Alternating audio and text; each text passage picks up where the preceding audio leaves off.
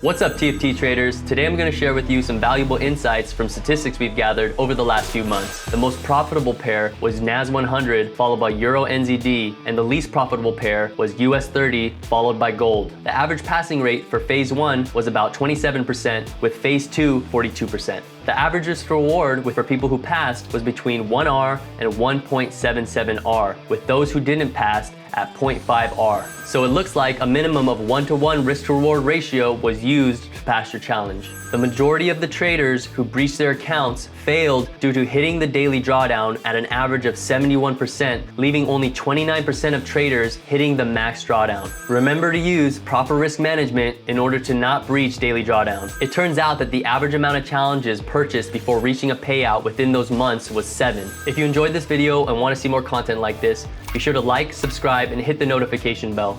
Your feedback and questions are always welcome in the comments down below.